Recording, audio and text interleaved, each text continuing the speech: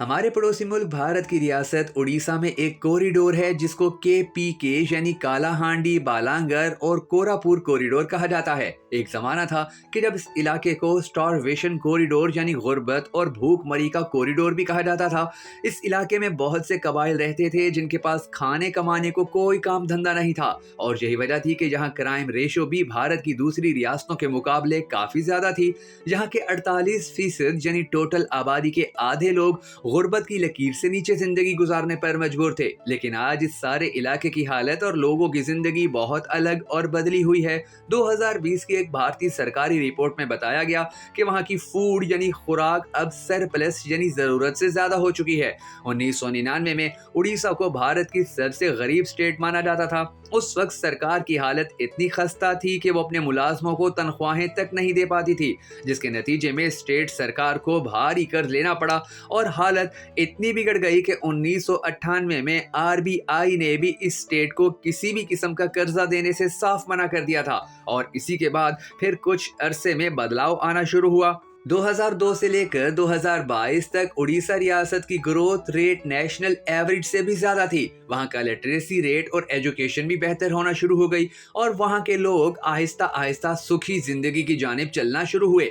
एक पूरी रियासत को जीरो से हीरो बनाने में जिस इंसान ने सबसे ज्यादा काम किया और जिसको इन सब कामयाबियों का क्रेडिट जाता है, उसका नाम नवीन पटनायक है। मगर सवाल ये है कि नवीन ने आखिर ऐसी कौन सी जादू की छड़ी घुमाई कि एक पूरी रियासत में इतना बड़ा इनकलाब आ गया। आज के इस वीडियो में हम आपको इसी सवाल का जवाब देने जा रहे हैं। मगर उससे पहले अगर आपने अब तक हमारे Facebook page Bhakkar network videos को लाइक और फॉलो नहीं किया है तो जरूर कर लीजिए, ताकि आपको हमारे पड़ोसी मुल्क भारत और दुनिया भर के मुल्कों के बारे में इसी तरह की दिलचस्प वीडियोस बर वक्त मौसूल होती रहें। मैं हूं शकील हैदर और आप देख रहे हैं भक्कर नेटवर्क वीडियोस। दोस्तों, 1949 में उड़ीसा में 24 छोटे छोटे इलाकों को शामिल किया गया, जिसके बाद इसका रकबा और आबादी एकदम से 1.5 गुना ज्यादा हो गई। जो 24 इलाके उड़ीसा में शामिल किए गए थे वहां भी गुर्बत और भूखमरी का राज था। यहाँ के हालात इतने खराब थे कि सन 2003 में उड़ीसा की सारी दौलत और पैसा सरकारी मुलाजमों की तनख्वाहों और पेंशन पर ही खर्च हो गया।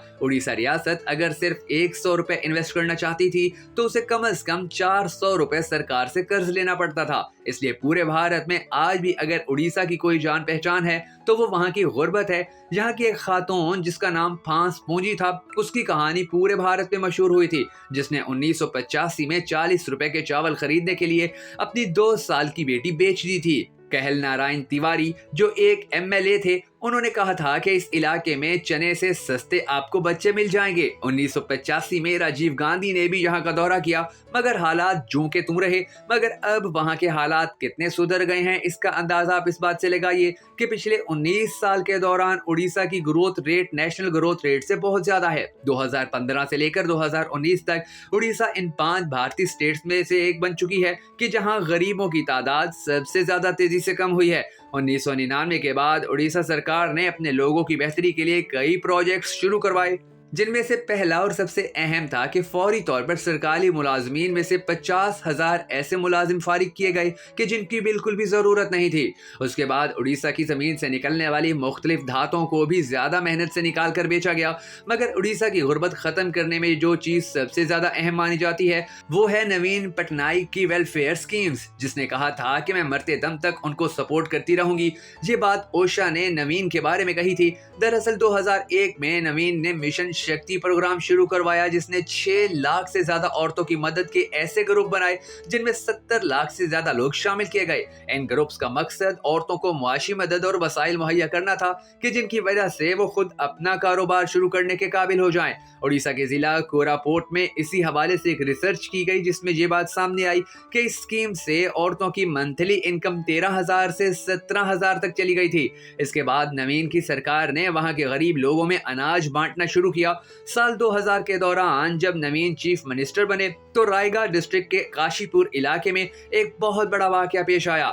उस वाक़ये में 20 ऐसे लोग मारे गए थे कि जो आम की गुठली का खाना खा रहे थे, जिसके बाद ये फैसला किया गया कि रियासत में हर गरीब खानदान को महीने के 16 किलो सस्ते चावल दिए जाएंगे, जिसकी वजह से इस सारी स्टेट में भूखमरी तकरीबन खत्म होने के करीब पहुंच गई। साल 2008 के दौरान उड़ीसा सरकार ने एक और स्कीम शुरू की, जिसके तहत वहां 1 किलो चावल 2 रुपए में बेचे गए, और फिर साल 2013 के दौरान 2 के बजाय 1 रुपए फी किलो चावल की कीमत मुख्तस कर दी गई थी। इन सब चीजों के बाद आज उड़ीसा के लोग एक अच्छी और खुशहाल जिंदगी गुजारने के काबिल हो चुके हैं। इस रियासत के बारे में कभी कभी बहुत अजीब और गरीब खबरें भी आती रहती हैं, जैसा कि 5 सितंबर 2023 को पाकिस्तान एसोसिएट प्रेस ने अपनी एक रिपोर्ट में लिखा था कि भारतीय रियासत उड़ीसा में मुख्तलिफ मकामात पर 2 घंटों के दौरान 61,000 मरतबा आसमानी बिजली गिरने से 12 अफराद हलाक और 12 जख्मी हो गए। बरतानवी अखबार के मुताबिक उड़ीसा की स्टेट डिजास्टर मैनेजमेंट अथॉरिटी के मुताबिक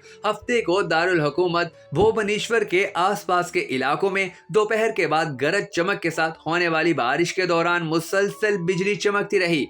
अथॉरिटी के मुताबिक शाम 5 बजे तक बादलों में 36,597 बार बिजली चमकी, जबकि बादल से जमीन पर 26,000 मरतबा बिजली गिरी, जिससे 8 मवेशी भी बिजली की जद में आकर हलाक हो गए। उड़ीसा में इतवार को आसमानी बिजली गिरने के 5,300 से ज्यादा वाकयात रिकॉर्ड किए गए।